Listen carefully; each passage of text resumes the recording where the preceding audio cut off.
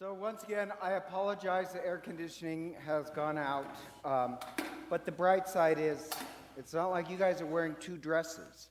And polyester does not breathe. And I probably should just skip the homily, but sorry. I love this gospel. You're not getting out of it. And I know this sounds strange. I kind of planned my own funeral, like much of you people planning my funeral as well. And I've come down that I want one of three gospels. And this is one of the three. So it's one of my favorite gospels, but it's bizarre.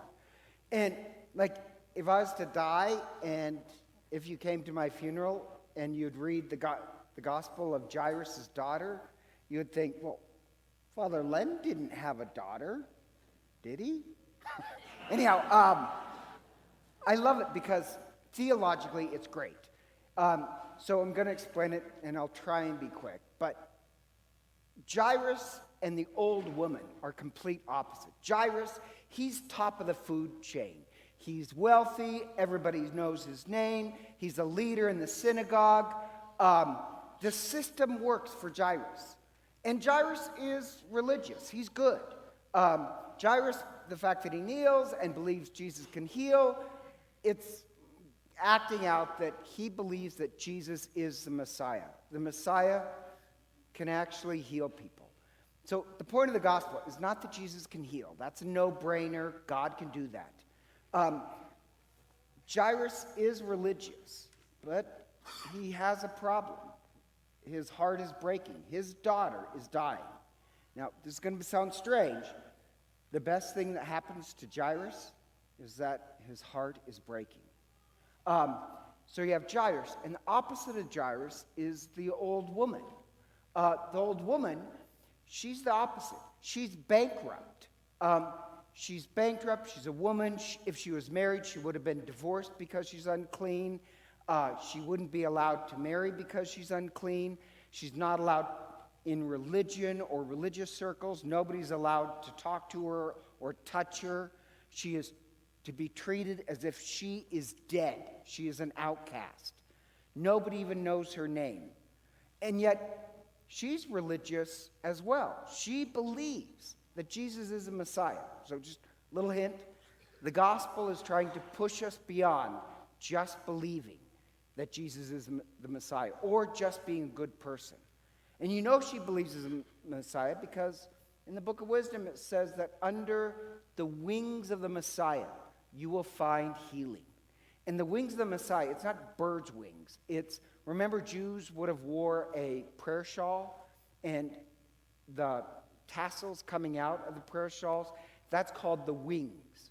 So under the prayer shawl, the prayer of the Messiah, you'll find healing. And what she does is she goes up and she also is heartbroken because she's completely rejected by everyone. And she's a person of faith, so she believes Jesus is the Messiah.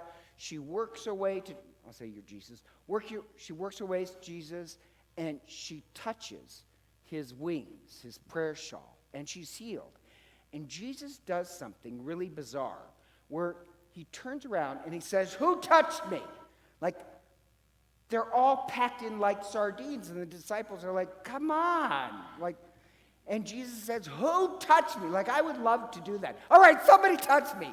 And Jesus knows. Already in the gospel, he knows what's in people's heart. He knows what's going on. Why does he do this? Why does he embarrass this woman by saying, you tell him what you did? And she has to tell him that she was unclean. Now, at that time period, this would be a shocker. The fact that we're all touching each other means we're all unclean. And the big shocker is Jesus is unclean.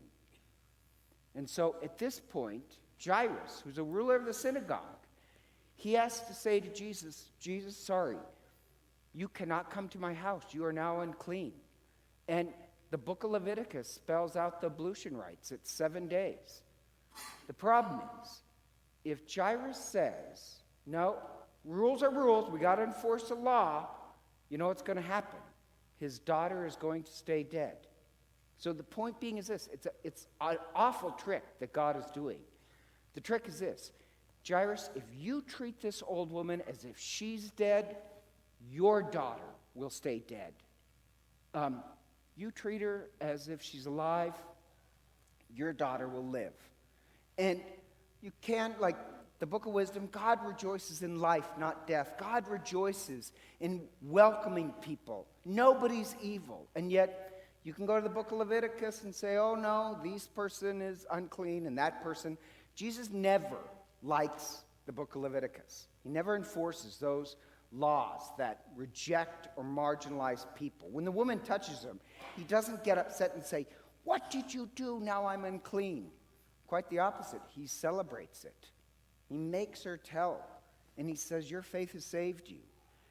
And the story is about Jairus' conversion to real religion.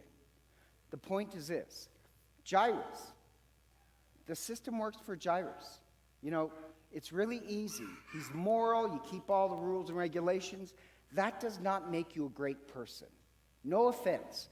If your life is best you can say is, well, I'm moral and I obeyed all the moral laws. I'm sorry, you're a boring person. You are boring and not much spiritual depth. Jairus' spiritual depth comes when his heart is broken.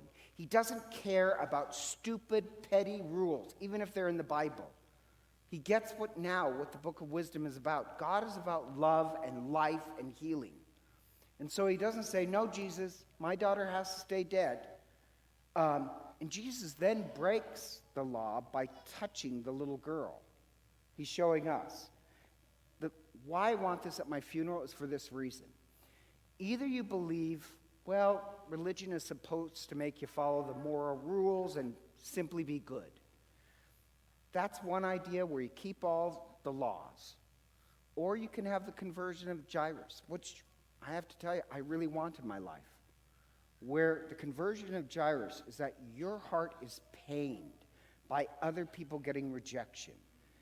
There's some point in your life, hopefully, I know this sounds awful, your heart will break, and you'll make this decision that you believe in the religion of Christ, which is unconditional love for everybody. So the point being of the gospel, this is a test of religion. What type of religion do you want? One that is about moral rules and regulations, and if that's what you want, then the dead stay dead and the rejected. Or have the conversion of Jairus. Let your heart be broken, that people are treated as if they're dead and rejected. Believe in unconditional love. That's the way of Christ. Believe that the world is not better when you reject people. The world is better when you love people. The point being is that tonight we play Jairus. We play that our hearts are broken, that we feel the pain of other people's rejection, that we have the conversion of Jairus, that we just don't want to be morally, tempidly good people. We want to believe in life and love, unconditional life and love for everybody.